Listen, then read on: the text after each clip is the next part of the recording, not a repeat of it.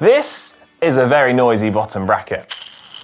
I removed it from my bike a few months ago, but since then I've kept it because I wanted to see if I can revive it and get some extra use out of it. So that is exactly what I'm going to show you in this video and decide if it's actually worthwhile doing.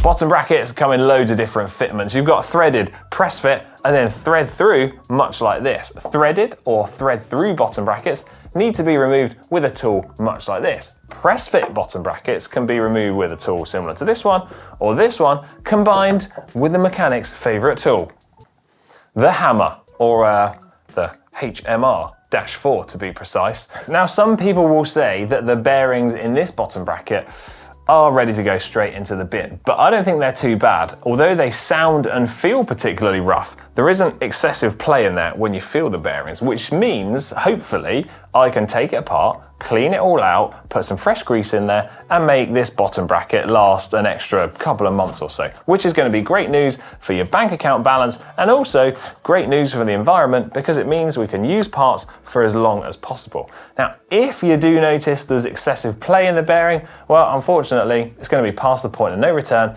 and is only going to be good for the bin. There's not a bin behind me, but I did it for dramatic effect. Oh, side note actually, some bottom brackets specifically say on them, do not disassemble. So if that's the case, do not disassemble it. Thick grease is going to be your friend here for a job like this. Don't waste your time with thin oils or so-called speed greases because they're just not going to work. So what we need to do is have the bottom bracket removed from your bike in your hand, ready to work on it. Now, if you're sat here with your bottom bracket still inside your bike, you can use the tools that I've just shown you to remove it so that we're ready to go like this and start to gain access to the inside of the bearing by removing some of the dust covers. And to do that, we can carefully use a sharp blade. First thing you want to do is, if your bottom bracket is joined together like this, separate it so you can work on the individual sides separately. First thing, remove any external dust covers. These are typically easy to be removed just with your hands. So carefully remove those. Set those to one side, don't lose them. Now we should be able to see the inside area where the actual bearing itself is. This is where we can use a pick or a sharp blade. What we want to do is very carefully get the inside edge of the blade on the inner lip of the seal. We want to make sure not to cut or damage the seal and then gently prise it off of the bearing, making sure not to bend the seal as well. Take the seal, make sure it's not bent, set it to one side and we can clean that in a minute.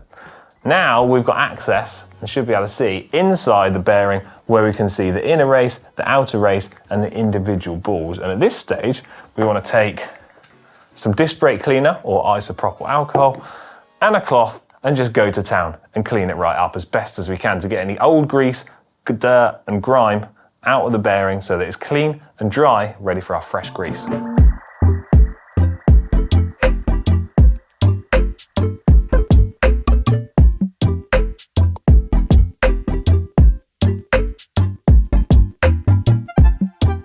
The reason these bearings are feeling and sounding a little bit rough is because of a few different reasons. Reason number one is because some dirt and moisture has somehow made it past the seals and got into the bearing, causing a little bit of corrosion. And alongside that, a combination of that affecting the lubricant and grease that is inside to help it be not quite as effective as it should be. Both of these problems effectively are going to cause the surfaces inside the bearing to not be as smooth as they should be when the bearing was manufactured. And that's what's causing that rough, horrible noise and feeling. But by cleaning it out and putting some thick boy grease inside, it should help smooth things out a little bit. And you're going to need to do exactly the same process for both sides of your bottom bracket, obviously.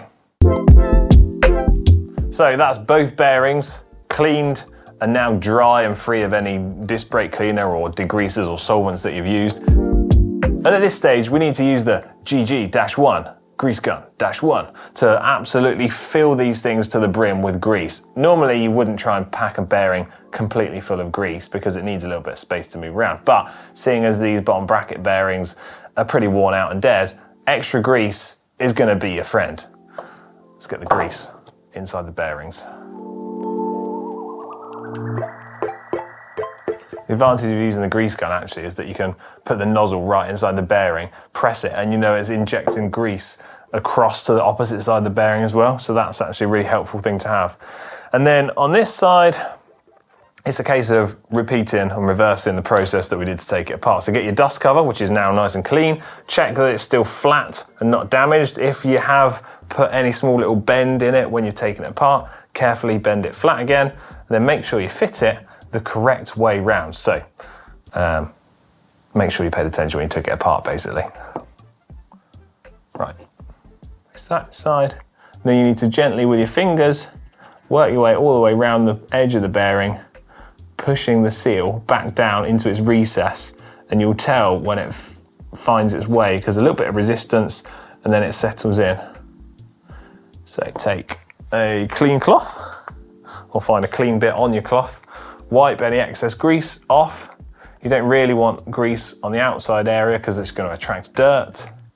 Then take the external dust cover, again, make sure it's clean, flat, no damage to it, and put it back on the same way it was when you took it apart. There's one side ready to go. Let's do the same for the other side.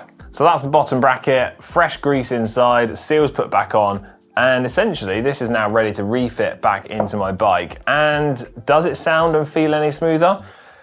Yes, it doesn't feel brand new by any stretch of the imagination, but I think it is going to make it last a little bit longer. But the proof will be in the pudding of when I install this back into my bike at some point and see how much longer it lasts. Now, I was thinking about showing you this and testing it out and seeing how good or bad it was, but the reality of this is every single person's bottom bracket is going to be in a slightly different condition. You're going to grease it differently. Some will be successful and some will be a complete waste of time.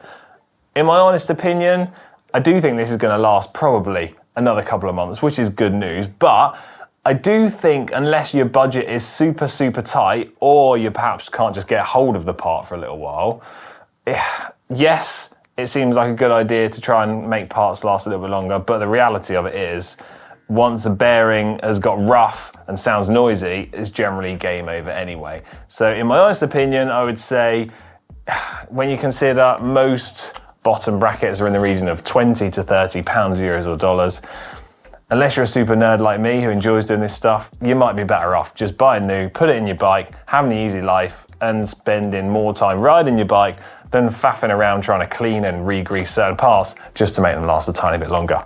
So there you go, job done. Hope you've enjoyed seeing this maintenance video.